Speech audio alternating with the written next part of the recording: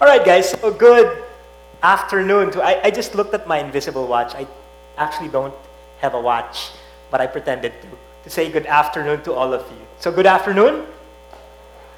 Nako, late na. Kakatapos ang last class natin. Tingnan natin kung mabubuhay pa tayo. Good afternoon. Okay. I think what we all need is a bit of exercise. Okay. I'm from the Worldwide Fund for Nature, an organization which is represented by which animal? A panda. And which animated cartoon series has a panda na bida? Alright. So, fellow scholars ng bayan, with that, I want to get the blood flowing and teach you all about Kung Fu. So we will all become Kung Fu pandas. Alright, so can we all please stand up? Let's stand up.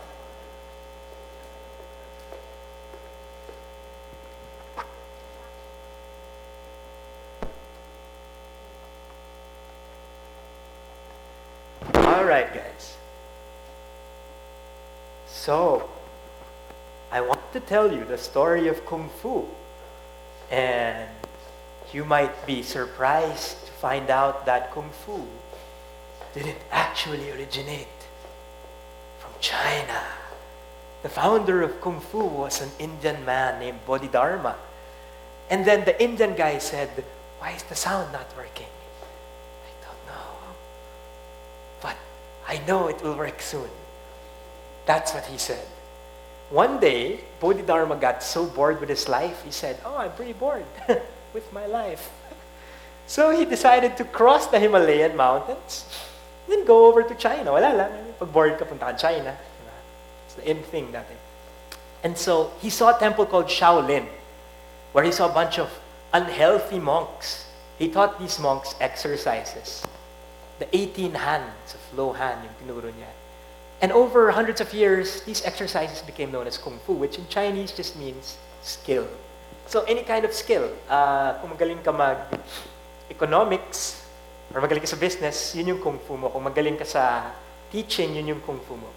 Kung magaling ka sa Dota, yun yung Kung Fu mo. So, perhaps the most famous style of Kung Fu, perhaps the most famous style of Kung Fu is the 5-animal fist. For every fist, iba yung mindset. We have the tiger, we have the crane, the snake, ano ba? The panther, kabisado eh. The dragon, may ganun, di ba? Okay, so, with this, everyone, please, stand up and arms to the side. Put your arms to the side, please. Yan, arms to the side, please.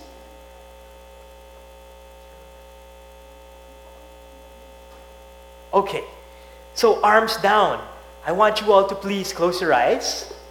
Breathe in. Breathe out. Breathe in. Breathe out. Nag-brush ba kayo? Okay, brush naman yata. Open your eyes. Please choose an animal. The tiger. This is how you do the tiger claw. That's not how you do the tiger claw. You could if you wanted to. Okay, everyone, do the tiger claw. Face right. Okay, so everyone turn to your right side. Nakikita nyo ba yung likod ng taong nasa harap nyo? Nakita nyo ba yung tiger? Look at your tiger claws. See the power emanating from your fingers. We're gonna tiger claw the person in front of us for 8 counts. Ready, go, 1. Come on, tiger claw, like literally claw. 2, 3, no, bawal maging shy. 4, 5, 6, bawal maging shy. 7, come on, tigers. And 8, okay, shy tigers, it's all right. So, polite tigers, it's okay. All right, very good, very good, very good. Okay, kailangan nating, syempre, gawing dalawang animals. So, please choose an animal. The cow. The cow. Gagawa ba tayo ng cow? Cow fist. Okay. For the purposes of today, we will make a cow fist. This is how you make. It's like a hoof. It's like a hoof ng ganyan, di ba? So it's like that. Can you do that? Can you do that? It's like that. And then, yung ika-crush nyo yung, parang kukurutin nyo yung bilbil nung nasa harap nyo with your hooves. So everyone, turn left. Face left. See those shy tigers? Babawian natin with our cow fists. And we're gonna do it for 8 counts. Ready? Come on, cows. Seriously, this is gonna be fun. Go! 1, 2, 3, 4. Huwag kayo mahiya. 5, 6. Getting to know you to. 7. Eh, wala nang ibang chance na ganito next week. So, lubusin nyo na. 7 and 8. Good job. Palakpakan yung inyong sarili. Good job. Okay. So, why did we just do that exercise? Because of this symbol. This is the double fish or the yin-yang symbol. It's a symbol of Kung Fu and it's also the symbol of WWF. Kaya black and white yung panda. Because the yin-yang symbol is all about balance. And that's what WWF aims to do. To restore the balance of the world's ecosystems para continuously makakuha tayo ng fresh water, clean air, energy, and food. So with that, thank you very much. Please have your seats. Okay, so yun yung panda na Kung Fu. Pero ito yung panda ni WWF.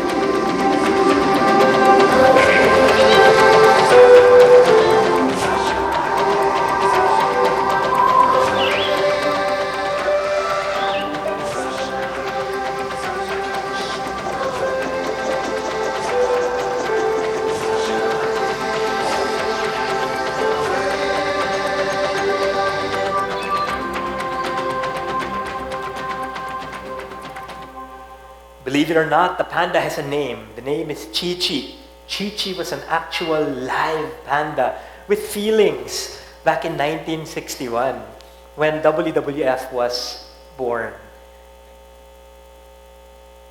50 years later, WWF is active in over 100 countries across all 7 continents. Wherever you are on planet Earth, there is a WWF project near you because there are over 1,300 projects everywhere. And we were known as the World Wildlife Fund. Dati wildlife lang. Actually, yun yung gusto ko sa WWF. Kasi wildlife gaya ko.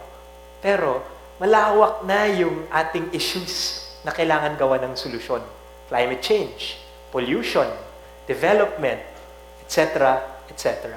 That's why we changed the name to the World Wide Fund for Nature.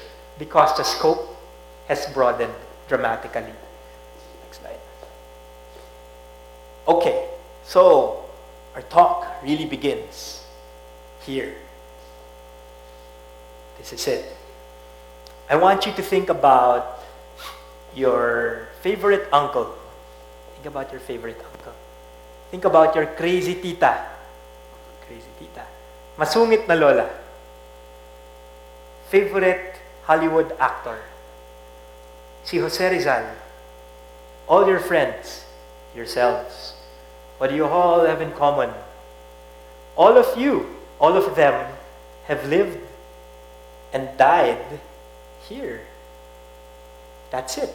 Every human being who ever lived, except yung mga mamamatay sa space, in the next few centuries, will live and die in the blue planet. That's our home. We have not yet found a second home, although I'm pretty hopeful that we will find another one soon. Pero right now, wala tayong planet B. Kaya wala pa tayong plan B sa environmentalism. We have to take care of it kasi wala tayong lilipatan. What makes our home extra special? It's simple. Eksakto lang yung ating posisyon sa solar system upang makasustain ng life. It's called the Goldilocks zone. If you go one planet too near, let's say you have Venus. The usual temperature is about 400 degrees Celsius.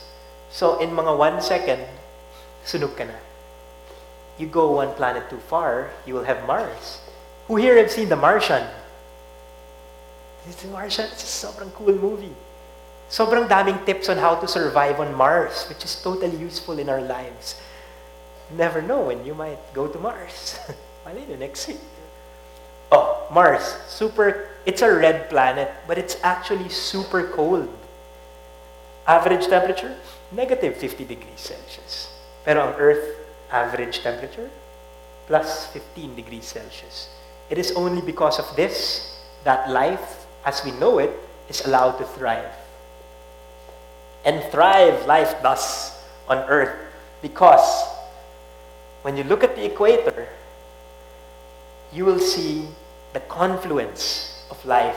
You have the Congo Basin in Africa, you have the Amazon River Basin, South America. And in the Philippines and beyond, you have a special region called the Coral Triangle. But all of this is being assailed by climate change. Alright? So I wanted to show you a video, pero parang kailangan pa i-click-click. But the starting point is umiinit na ang mundo, and pag umabot tayo ng more than 2 degrees Celsius, many bad things will happen. 2 degrees, ha? Guess kung nasaan na tayo ngayon? 1.3. So malapit na tayo dito. That's why, kapag mag-jogging ka ng tanghaling tapat sa UP Oval, bukas, magko-collapse ka sa init. Sobrang hardcore ng El Nino natin ngayon. The hottest that humanity has yet to experience. The other hottest was last year, by the way. So sunod-sunod na tong super init. In fact, kahit nasa aircon room tayo ngayon, this coat is actually making me sweat. Joke lang, I'm not sweating. But it's pretty hot. It's a pretty hot coat. Next slide. This is why we live in the age called the Anthropocene, an era wherein human actions play a major role in shaping the entire Earth and its processes. Never in the history of this planet nagkaroon ng ganitong level. The last time nagkaroon ng major super extinction was when a giant meteorite hit the Earth 65 million years ago. Pero hindi naman natin kasalanan. Random naman kung may meteorite na tumama sa planet. By the way, marami ng extinction sa planet Earth. That was the last one, 65 million years ago. And it was caused by a freaking meteor. But this time, the 7th mass extinction event is being caused by humans. And it's because we can no longer just understand the way seas, the way forests work. Because human processes have become the dominant driver. Slide. And ano yung root cause nito? Yan. Pandora's box. That's climate change. That's when the world realized, about 2 centuries ago, na pwede pala nating sunugin ang fossil fuels at makakapag-generate tayo ng medyo cheap na electricity. That's why we pumped up all sorts of stuff that's been buried under the ground for millions of years. Literally, yan yung mga dinosaur or yung mga puno, tapos naging coal, naging oil na sila. Diba? Hindi naman masama ang coal or oil per se, pero at the rates na ating sinusunog yun, masyado nang mabilis ang pag-iba ng klima natin. That's why we call it Pandora's box. So, that is the chief cause of climate change. And what are the impacts? You're feeling them right now, my friends. El Nino, you're feeling it right now. La Nina, you'll feel it. Sea temperatures, heard of coral bleaching? Anyone from MSI here? Meron bang MSI? Bleaching sa corals. I'm a coral guy. I love corals. But most corals are naturally whitish yung skeleton nila, di ba? Pero dahil sa bleaching, maraming reefs natin ang nadedecimate na. In fact, if things don't change in the next few decades, baka ma-wipe out yung karamihan ng coral reefs sa mundo within this century. And that's a blink of an eye in the evolution of the planet.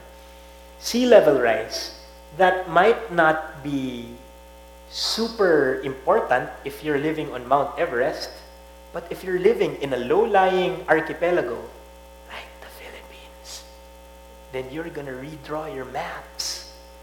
Diba? Kung meron tayong ilang islands ulit dito? 7,107 islands. Pag iakyat mo yung level ng tubig by, let's say, 30 feet, guess kung ilang islands na lang matitira. Konti na lang. It's true. That's what's happening to many South Pacific island nations. That's why they're trying to buy land in other countries. Para yung buong countries nila ay lilipat na nila physically to other places. It's gonna happen. Extreme rainfall, Ondoy, or that monsoon flood where I had to rescue a bunch of people in UP because yung Katipunan ay naging river. Inabutan niyo ba yan? That time na naging underwater yung Katipunan. As in, yung harap ng Ateneo, mukha siyang Marikina River. Legit! As in, actually medyo amazing, pero you don't see it. I thought it's a movie lang. I mean, because of these superstorms, I've seen stuff na kala mo makikita mo lang sa I Am Legend. Yung 1,000 vehicles na nakastall, tapos walang tao, tapos gabi. Nangyari yan dahil sa extreme floods yan. Acidification, we'll get into that later. But the long and short of it is that climate change is the greatest economic challenge of the 21st century, and without concerted action, the future of our planet is in peril. Why do we say economic? Because everything costs money. Ondoy set us back, mga X% ng GDP natin napunta lang sa pag-ayos ng Ondoy. Si Sendong, the same thing. And Haiyan, or si Yolanda, yun yung crazy talaga yung naging epekto. A little technical. Pero the long and short of it is, when you look at climate change as a whole, you try not to look at individual events. It's like trying to look at the stock market. You don't really see kung maakit siya per day. Titingnan mo lang yung general trend. Yeah. Next slide. Other things that will happen because of climate change, health risks. And here we are. In terms of economics, ito yung totoong cost niya. Aside from billions of pesos lost because we're trying to rebuild, Yolanda took 6,000 lives, Sendong took 1,500, and Pepeng took 400 plus lives. Those are just 3 storms. And this country, situated dito sa eastern, katabi natin yung Pacific Ocean. So lahat ng mga malalaking bagyo, aararuhin talaga tayo in the coming years. 3 storms, and we absorb about 20 per year. But, again, malaki na yung impact of humanity on the planet. This is what we call the human footprint. So, it is the combined impacts of everyone on Earth. Just a few years ago, 7 billion lang ang Pilipinas, ang mundo. Ngayon, we're approaching 10 billion na. So, mabilis rin talaga mag-grow kasi ang humanity. There you go. And WWF released a couple of studies in the past years, and we found that humanity has been consuming resources at 50% beyond the planet's sustainable limits. Kung baga, we are using 1.5 planets worth of resources every year. So, kinakain natin yung resources for the next generations. And it's even greater dito sa Asia-Pacific. Kasi ang Pilipinas, ang China, Indonesia, malakas yan sa development. And when you're developing, grabe rin yung footprint. So, we're 77% beyond our maximum sustainable limits. Yan ang nakikita natin na effects nan. Those used to be small towns, by the way, just a century ago. And they are now super cities. Next slide. Marami yan, mahaba yan. We did a study. We ran a climate change study for that. A clear trend. Next slide. So, you've seen the challenges confronting us. What are the solutions? WWF is a solutions-based organization. Well, we're not a doom and gloom kind of group. We actually like to dwell on happy things, like the fluttering flag. Next slide. Two main solutions. Adaptation is the first one. Adaptation entails being able to survive anything. Darwin once said that it's not the strongest nor the smartest species that survives, but the most adaptable. Kunwari, anong mas malakas? Si Tyrannosaurus Rex o tayo? Kahit ikaw si Hulk Hogan, kilala niyo pa ba si Hulk Hogan? Kilala ba niyo si Hulk Hogan? Sino ba ngayon yung Hulk Hogan of this generation? Si Panday, hindi ko alam. Si Panday na naka-steroids. Na talagang galit na galit. Wala pa rin siyang laban kay T-Rex. Pero as a whole, si T-Rex hindi makapag-adapt dahil may isang meteor na tumama, lumamig yung kanyang mundo, na dead siya. What differentiates humans and many other critters is the ability to adapt to any situation. And that's what climate adaptation is all about. Okay, I did this piece for Rappler not too long ago. When you go outside this auditorium, you will see that, I swear, you will see that, ano to? Maya. Ano to? Oh, yun yung palaka. Di ba yung Rinella marina? Yung toad, kalabaw, hito, tilapia, kuhol, guppy sa kanal, giant kadiri cockroach. I hate these things. Ito, janitor fish. What do they all have in common? They're all a bunch of aliens invading our country. Those aren't Philippine species. Every one of these was imported into the country. The Malays took in carabao about 2,200 years ago. These frogs were introduced to eat pests. The Maya was brought in by the Spaniards because they were feeling lonely and wanted this country to be more like Spain. Tilapia, kuhol, hito, brought in for food. The janitor fish, pet, ipis, wala. Magaling lang talaga sila, mga hayop. Everywhere you go, may ipis talaga. Tapos yung ipis, pwede mo siyang hatawin ng tsinelas, ng solid. Tapos kala mo dead sa siya. Tapos kung ano, magko-computer ka. Tapos wala na siya doon. Tapos kwento na niya sa lahat ng barkada niyang ipis, uy, may salbahe doon, may salbahe. Guluhin natin sila mamayang gabi. So, again, not the strongest, but the most adaptable. Slide. We did a study to rate the levels by which 16 Philippine cities can adapt to climate change. And we have found that every city ay iba ang circumstances. Kunwari, Baguio has a lot of rain. Baguio gets more rain than any other city in the Philippines. But it needs a lot of water because it's a city built for 30,000 people. And how many people went to Baguio last weekend? More than 30,000. So, ganun yung mga challenges faced by Philippine cities. If you want to see the study, just log on to our website, WWF Philippines. Okay, next slide. Over the next 50 years, the Asia-Pacific region shall be at the center of global development, providing countries like the Philippines with tremendous economic opportunities. Unfortunately, the Philippines is the world's third most vulnerable country to climate change, absorbing an average of 20 tropical cyclones each year. In 2013, Typhoon Haiyan, one of the strongest tropical cyclones in recorded history, struck the country.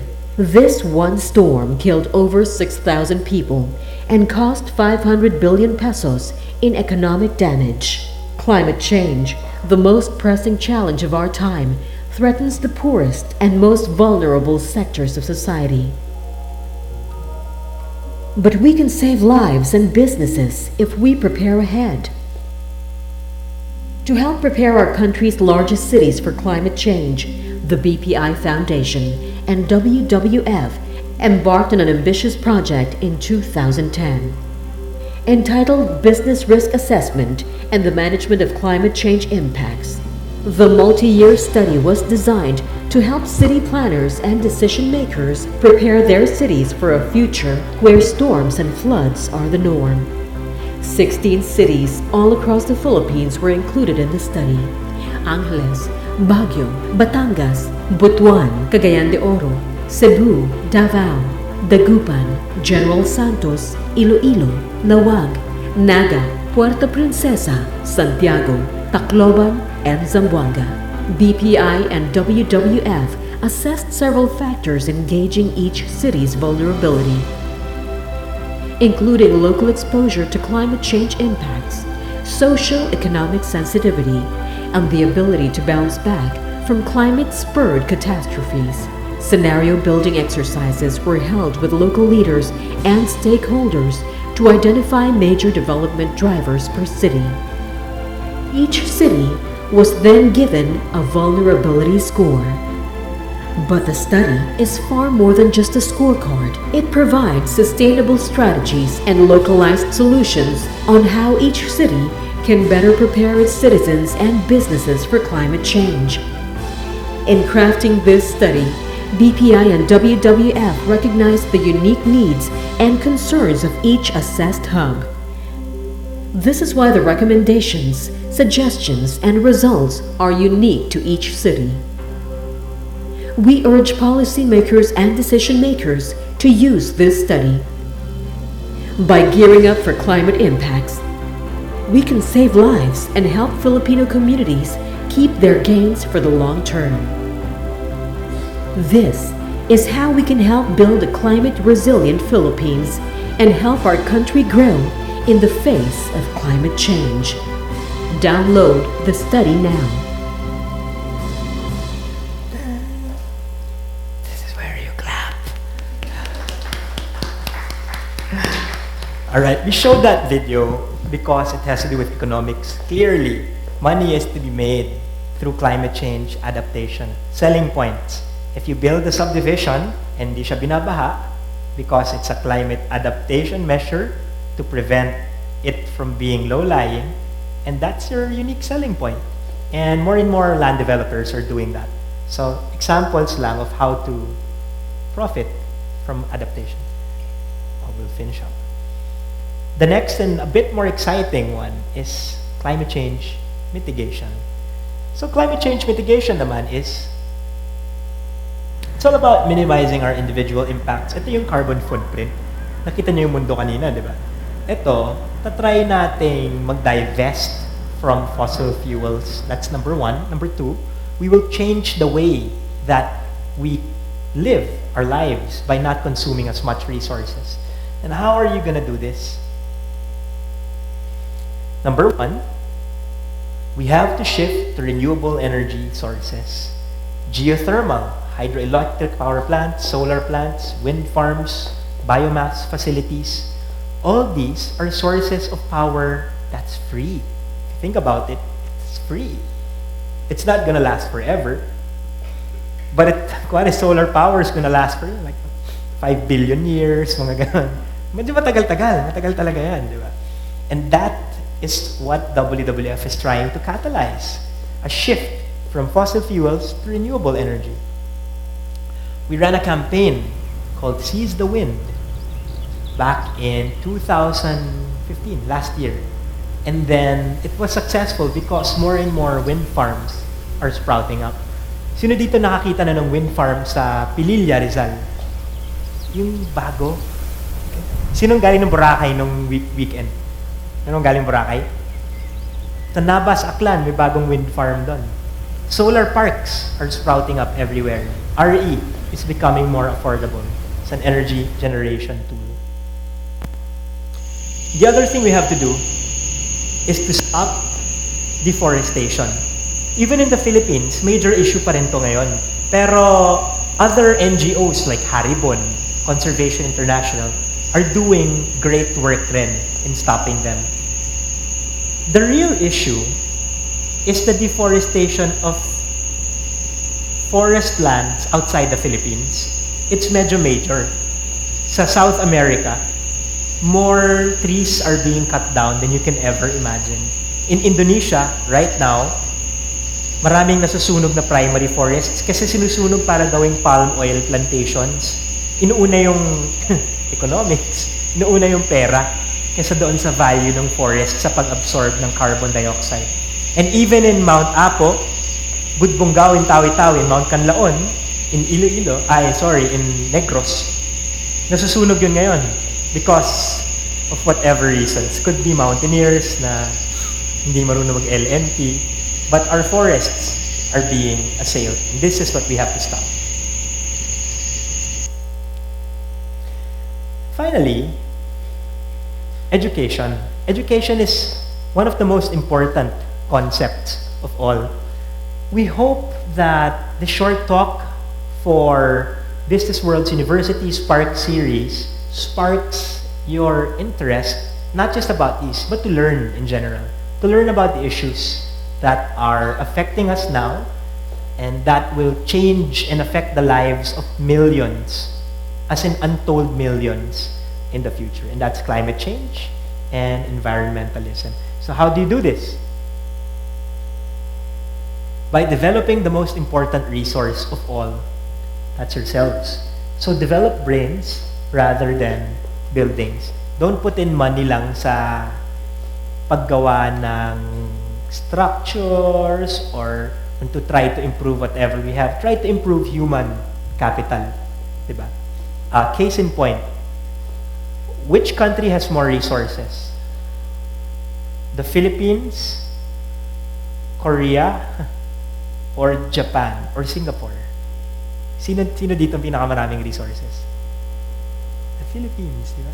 Pinakamaraming natural resources. Wala lang, olats naman yung Singapore, sa Japan, medyo. Pero Philippines yung pinakamahirap sa lahat. Kasi all of these other countries invested in brains. But that's what we're doing right now with this talk. And to end, I'd like to leave you with my favorite quote of all time. That the best movers dream with their heads in the clouds, but keep their feet on the ground. This means that all of you must dream big for the world, but you must always find ways to turn your dreams into reality. In work terms, learn to operationalize your ideas. And by doing so, you might just change the world and save lives. So with that, maraming salamat. I'm Greg Yan from WWF, and thank you to BWorld and all of you for being such an interesting crowd today. So maraming salamat po.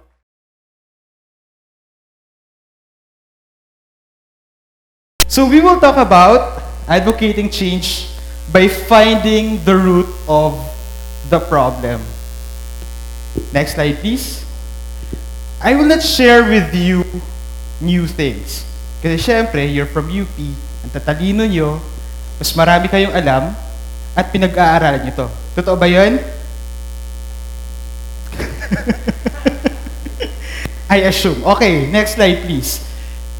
Given that, I'll give only 3 things. 3 bagay lang for you to remember and then you're good. Game? Okay. But, before I start, I have a full disclosure. Atin-atin lang to. I took Math 11 3 times. Next, Math 14 3 times. Math 101 3 times. Math 100 3 times. Oh my God, nakakahiya. Etong Math 100 ko, I took it 3 times. Kasi nasanay yung lahat ng math ko, kinukuha ko ng 3 times. Nung second ko pala, pumasa na ako. Sayang, di ba? Nag-summer pa ako. And the best part of all, I passed Math 1 with flying colors! Palakpakin! Woo! Math 1 for the win! Okay. So most of my presentation, nagsimula ako sa mga mathematical symbols, diba? We'll talk about numbers and mathematical figures. However, However, bakit niyo ako papakinggan? Bagsak-bagsak nga yung maths ko. Diba? Well, sabi nila, kung naghugot kayo, huhugot din ako. We have to go through a lot of failures for us to understand the meaning of things. Sugot! Pakilista. Next, please.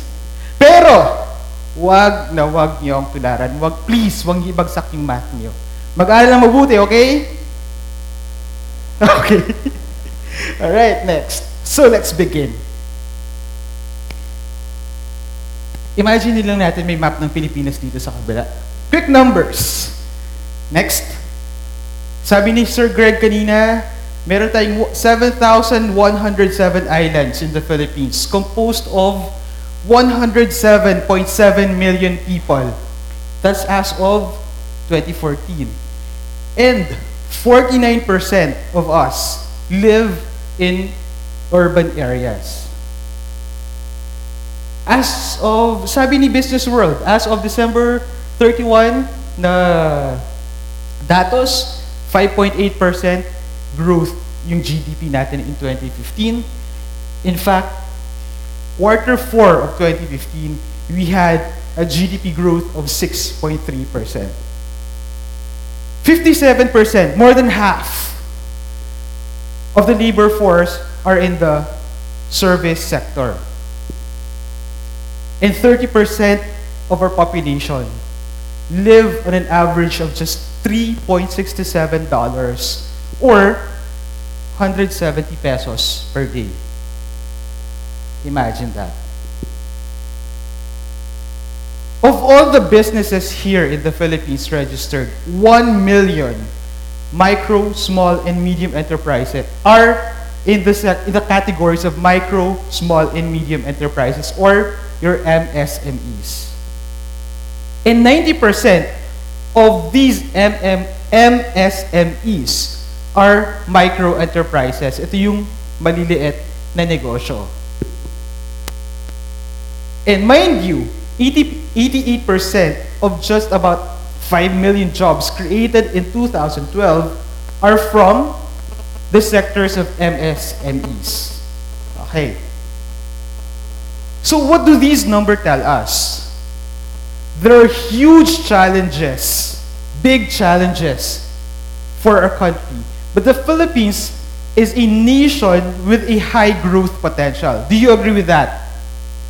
You do? Okay.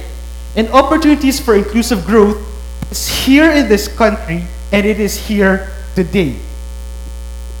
But, are we moving? Are we or we are not? You don't know.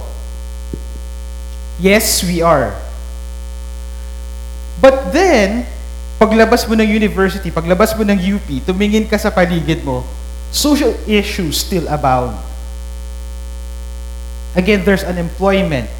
There's poverty. Sinabi ni Sir Greg kanina, there's environmental degradation which has a lot of impact in a lot of aspects of our lives. And then there's criminality. According to Business World, 6.3% or 2.6 million Filipinos are unemployed. And among those who are working, 18.5% or 7.2 million Filipinos are underemployed. Sino sa inyo dito ang malapit na graduating? Medyo madami-dami. Are you not afraid? Be very afraid.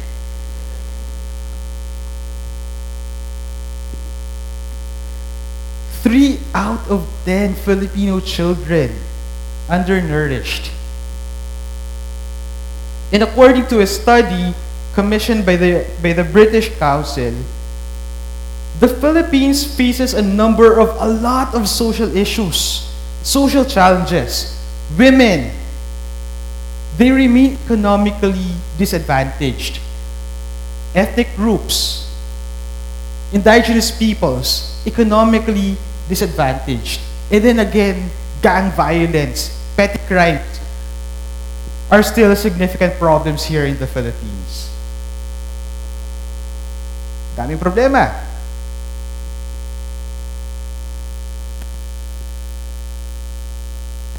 Tama ba? Panahon na ba para magalit at magaklas? Tingin nyo. Or, we will address these altogether. We can be part of the problem or be the solution to these problems.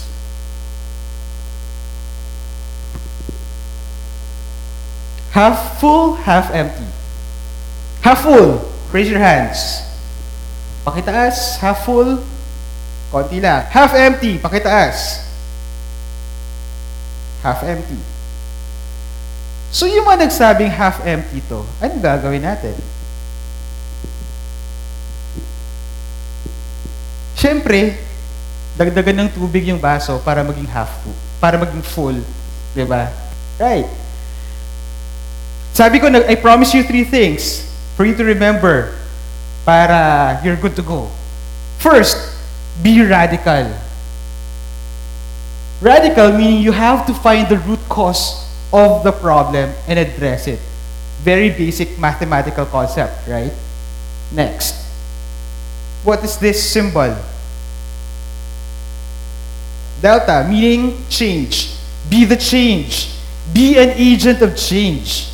Break apathy by getting involved and involving people. And, ta-da! There. Be empowered. Fortify yourself with knowledge and skills so that you will be able to help other people as well. So here are some ways to do these. Quickly. Create solutions through business. Have your own business. The main objective of any business, again, is social good. Sino naniniwala dito na ang negosyo ay para lang magkaroon ng profit? Yes, tama naman. Dapat naman may profit, but it has to be coupled with the social good. Because the concept of business is you provide solutions to the needs of the people for you to be relevant. Again, as I mentioned, start your own business. Here are the steps. Quickly, alam niyo na to eh. How to put up a business. First, find unmet needs in your community. Next, talk to people who need solutions to these challenges, whatever their challenge is. Walang masakyan, walang, kunyari, pag nagbakasyon, naghahanap ng murang tirahan. Ganon, di ba? So, needs. Check your competitive environment. Design your product or service based on what your customers need or want. And of course, dapat better than competition. Involve the community. Hindi pwedeng ikaw lang. Dapat may involvement din yung community. Excited si Jeff. Source, produce, and market your products or services ethically. Ito yung sinasabi ko kanina na the objective of each and every business is for social good. But, what if you can't put up your own business? Hindi naman tayo lahat dito magiging negosyante, di ba? Is that bad? What else can we do to be part of the solution? Kunyari, nag-i-empleyado ka. There's no shame in being an employee. I myself am an employee. Meron naman akong sarili kong negosyo. What you can do is, you can be an entrepreneur. What is an entrepreneur? An entrepreneur, someone who works in a corporation with an entrepreneurial mindset and skill set. G, gets? Are you still with me? Alright, next. Or, be a thought leader or a community integrator. Diba, ang mga taga-UP dito yan magaling. We have the skill. We're trained. We are academically honed. Diba? Nasa atin yun. What we can do is we impart our knowledge to the communities. Alright? Help by sharing knowledge and skills community-based enterprises in your area, in your own barangay, in your own village, in your own provinces. Or you can contact your government organizations, NGOs, and the DTI negosyo centers in your areas. Okay? Anong maitutulong nyo? In school, you're taught a lot of things, and you have these skills which you can share. For example, business planning, research and development, technology, product development, QA, packaging, logistics, marketing, so on and so forth. Okay? Ito lang, this is a list of the things that I've participated in since college. The first one is a community-based rehabilitation services. This happened in a 5th class municipality in Iloilo province. So these are specially abled people, may mga kapansanan, but they still have the brains, they still have the will to survive and to do business. But what they lacked was business acumen. So what we did, we trained them with the basics of business, accounting, marketing, management, so on and so forth, for them to be equipped to have and to run their own businesses. We also did for Iloilo Blind Union, same thing, basics of entrepreneurship. A lot of things we did. Wala kaming kapital as students. Wala kaming pera, pero meron kaming time, meron kaming knowledge, and meron kaming willingness for us to be able to share to these people, to these communities, for us to be able to spark change, to spark development among these community people. All right. Next, please. So there are many things that we can do to help. Let us break our bad culture of poverty, dole-outs, mendicancy, over-reliance to government, apathy, ignorance, and indolence. Just quickly, when we work with community-based organizations, let's make sure that hindi lang tayo namimigay ng relief goods. Hindi lang tayo namimigay ng pagkain sa kanila o ng pera sa kanila. We have to teach them to fish. We have to kill that habit of, may pupunta ng mga NGOs dito tutulungan kami, bibigyan kami ng bigas, bibigyan ng sardinas. It is more important that we provide them skills, that we empower them. Okay? There is hope in this country because you are the hope. And change is coming, not from the south, but change is coming here and now because you yourselves are the change. Ano kailangan natin gawin? Again, be very good in what you do as students. Kumusta naman ang mga ACADS natin dyan? Okay pa ba? Do well in your ACADS. Yan ang basic. Yan ang pinaka-importante. Kaya nandito kayo sa university. May orgs kayo. Practice leadership in your orgs. And go out to the communities. Be involved in your communities. Equip yourself with relevant and timely information. Of course, dapat everyday magbasa ng Business World game. Ayos. You have your BWorld University supply here. Okay? Eto. UP taught us to serve the people. No. UP expects us to serve the people. Agree?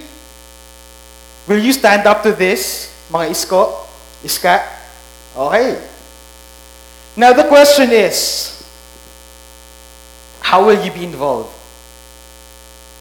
Again, ito lang, pakilista, pwede na kayong umuwi. Hindi pala, may next speaker pa pala.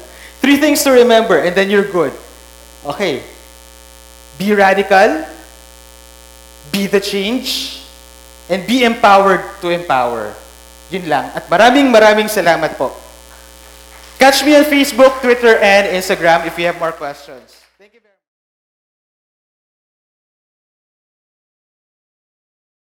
Traffic has been this thing in like Filipino culture that we've just pointed fingers at, it's easy to blame other people, it's easy to make jokes about it. And at the end of the day, it's something that we have learned to somehow live with. It's this big, hairy, audacious problem that, I don't know, I feel that as a society today, we've kind of accepted it, and we don't really see it going away anytime soon. And that's what we hope to challenge. And I hope that in this talk, I'll be able to talk about the nature of traffic, nature of the beast, and give you solutions how we can all be part of the solution. So these are pictures of Manila in the turn of the 20th century. It was known as the Pearl of the Orient. It was a bustling city with around 1.6 million residents after the Second World War.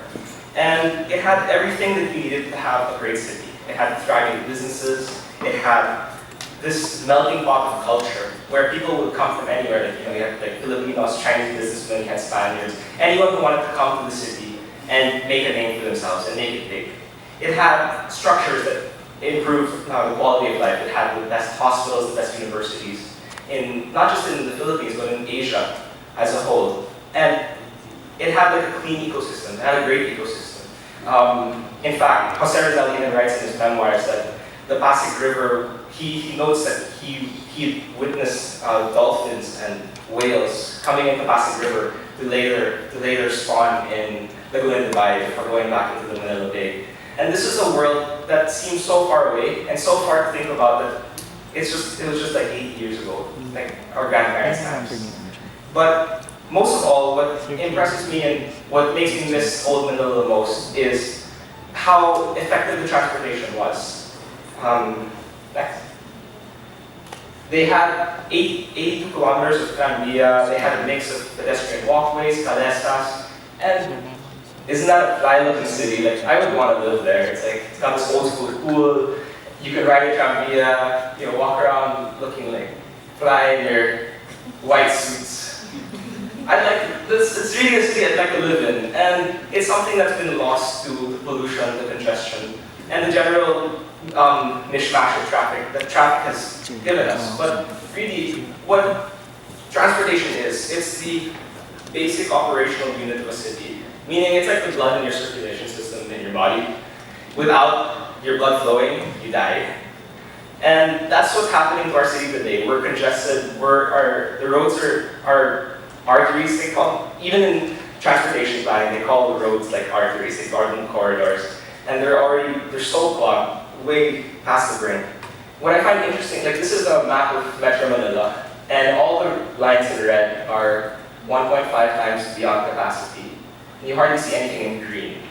So we've been terribly left behind by rising car ownership, by pragmatic planning and solutions from businesses, from government, and from the people.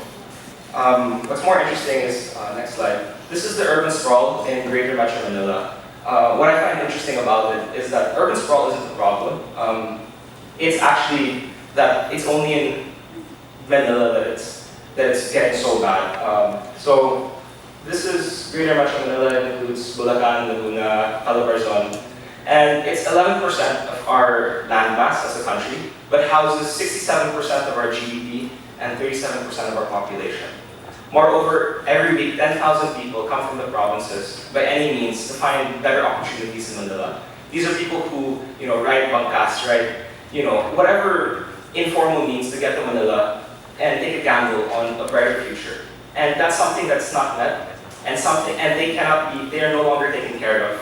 So it's really these marginalized people who come to the city looking for opportunities that are affected the most. Next. So 100 years ago, cities weren't really designed for cars.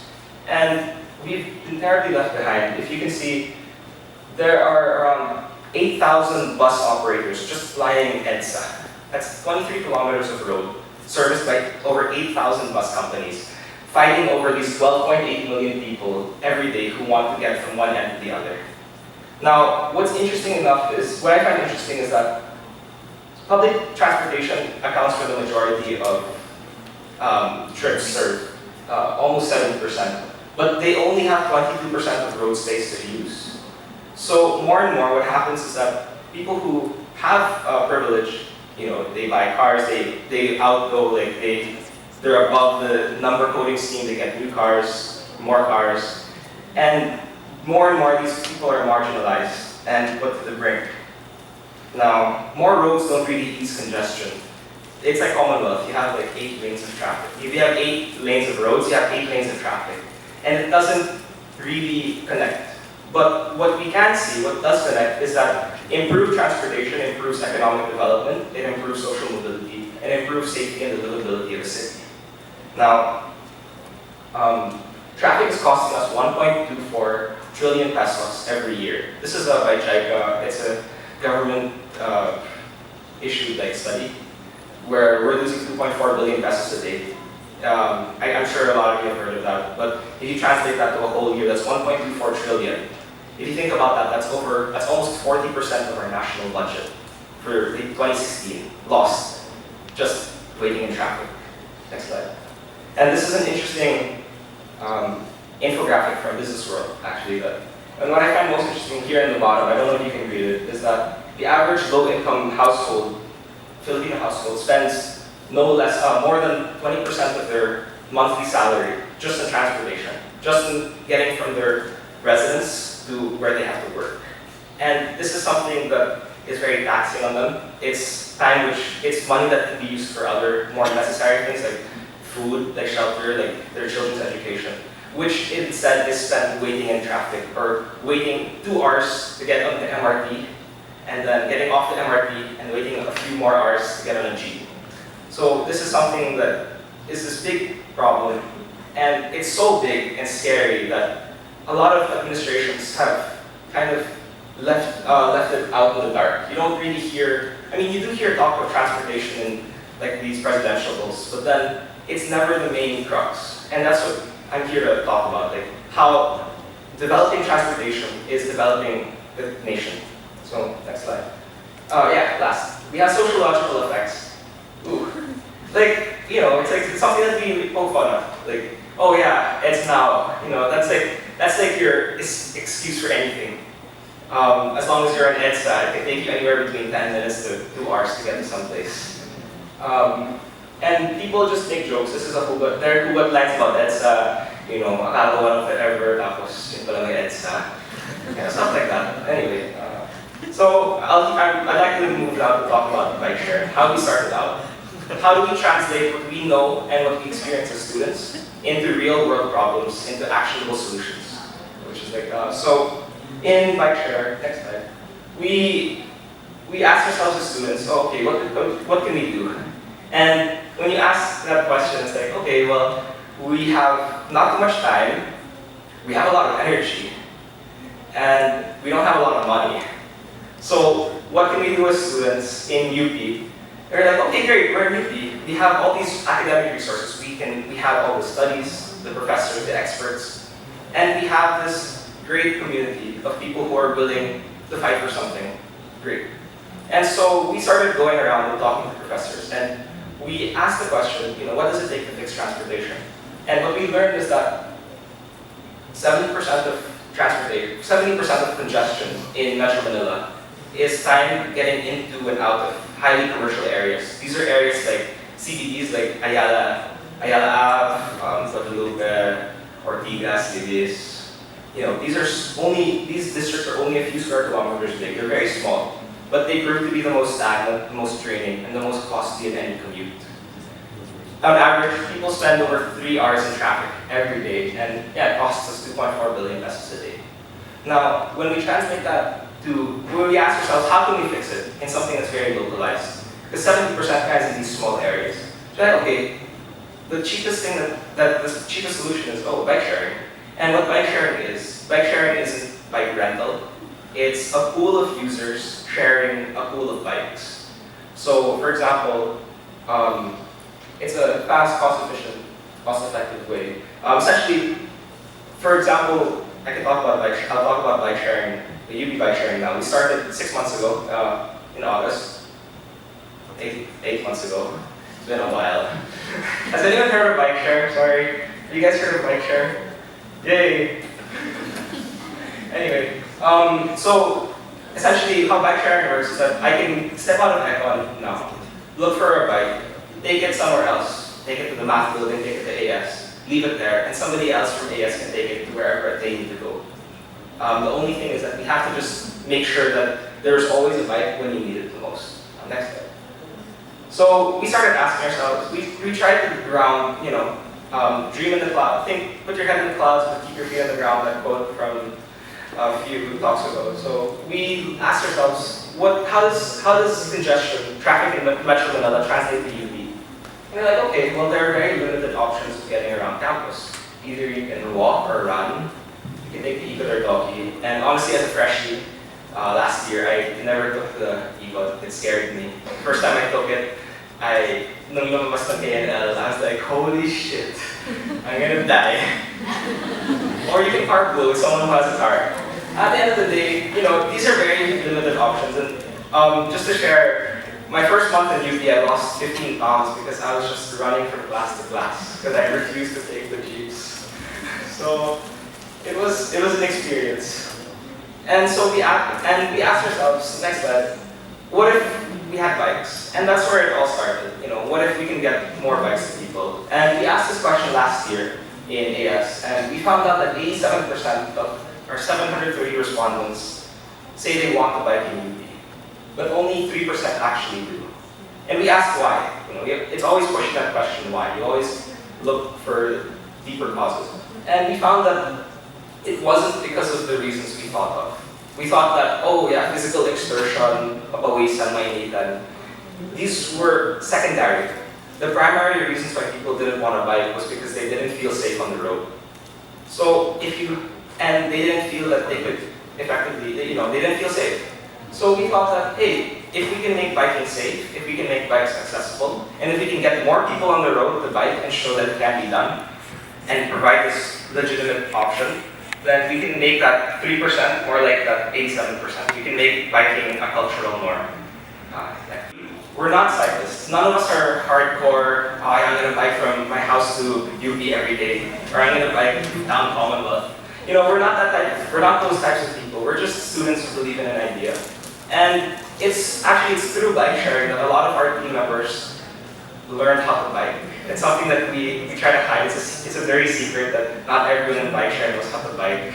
So if you don't know how to bike, you can still join bike share. It's okay. But it's all about inspiring this change, because we believe that if we can innovate a method, people will eventually adapt it. So this is where I'm asking to talk about what we're trying to develop, the business outlook. So I'll try to breeze over this really quick. Essentially, what we're trying to develop, we have 15 students working their thesis right now from engineering on different aspects of bike sharing, where our ideal system allows you to use your UP ID. You can walk up to any of our bikes, tap your ID, and unlock the bike. So that's built unlocking. Next, we can track the bikes anywhere so that you can use even your mobile phone as an app, so you know where you're going, you can make your ride social, you can share it with your friends. And software analytics, so that we can provide very cheap services and optimize operations. In essence, our idea for bike share is that right now it's a free system, but then we hope to start charging money. And the charge for bike share will be no more than 1 GP fare. And that's for a whole day's use of bike. So next slide. We have now 30 bikes, actually 28. We had 30 like 2 months ago. We've lost 2 bikes. Anyway, we hope to have more soon. We have a few corporate sponsors. So if there are any corporate sponsors out there in the audience, WWF, Marthaland, we'd love to have you guys help UP out. We have 67 users and over 300 waitlisted users. The reason we can't take so many is because we're a team of 20 students, so it's very difficult for us to just manage this manually. And we've served over 12,000 bicycle trips since starting. We're actually a student org. We're a startup disguised as a student org. So really, at the end of the day, we're here to make a sustainable system that that is easily applicable to any given community. We hope to have this system by next year. Next. We hope to have a bike sharing system installed in any community, whether it be a private development, a rural LGU, an urban LGU, or industrial parks, whatever it might be. Because really, what we're fighting for in bike share is a choice. The way we believe that we can make streets safer, that we can make cities healthier, is that you just have to give people more choices. When they have the choice of not having to buy a car, not having to ride the MRT and wait 2 hours, when you can give them a choice, and it's a safe choice, of biking and empowering their own mobility, we believe that this is where social development, this is where social equity, and this is where national development rise. So, in addition to that, we do community building, because we believe that it's in the community that success lies in the community.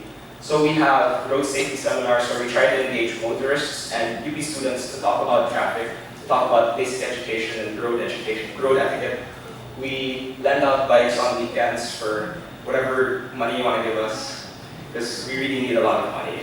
Because it's really expensive to maintain bikes. We've been to APEC and we give these pitch competitions, and it's really like us trying to get whatever grants or whatever help that we can get. And we have these batches. So anyone who wants to become a bike share user has to undergo our safety seminar, so that we trust them that they're safe on the road and that they can also be advocates of road safety. And we also teach people how to ride a bike. So next, this city that we call Manila, and that's like a little gray circle on the top right. That's Katipunan. When you design cities, traffic isn't the end-all issue. It's a mix of housing, it's a mix of economic equity, it's a mix of social development. But at the end of the day, it's in tackling the most basic thing, which is getting a person from point A to B, that a real solution can be made. Lastly, I just want to talk about courage and commitment, because as students, we talked to a lot of professors, and a lot of people told us, don't do it. It's been done before, or it's never going to work. So all I want to say is that if you guys have a great idea or something that you really believe in, just take the plunge.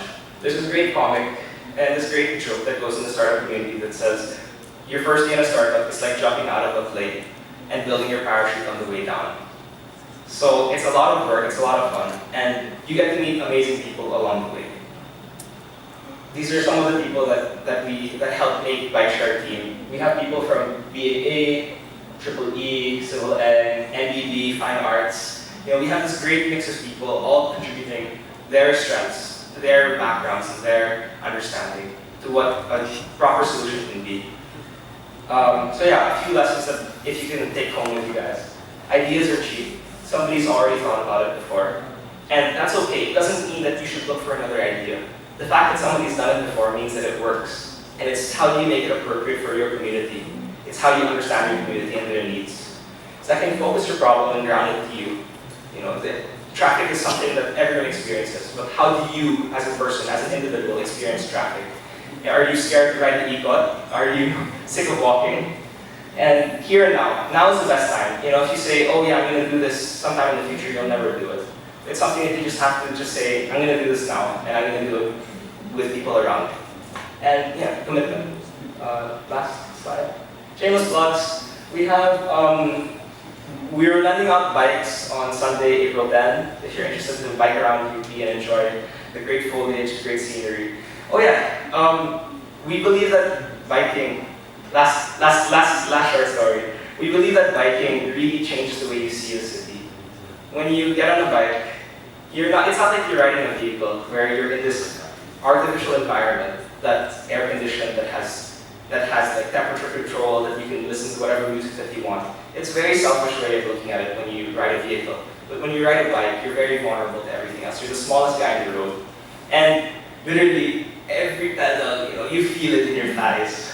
So it's not necessarily easy. But when you go at that pace, you begin to see your city so much differently. You begin to notice the foliage around you. You begin to care about the sounds in your immediate environment. You're immersed in it. And it's in this immersion that you develop a caring empathy for your environment. And you begin to care about those who travel the cities, ply the roads every day. And it's in understanding this environment that we can spark real change and understand.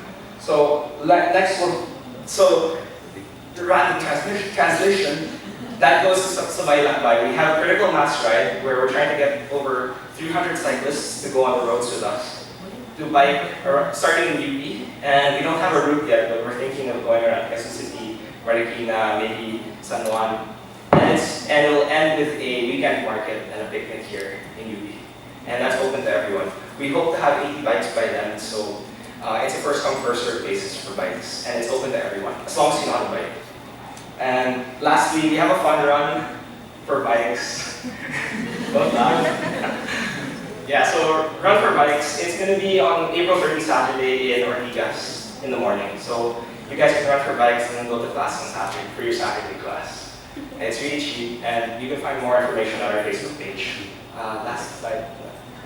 So yeah, you change the streets, you change the world. It's all about how you see your city and how you see the circulation and what we can do about it.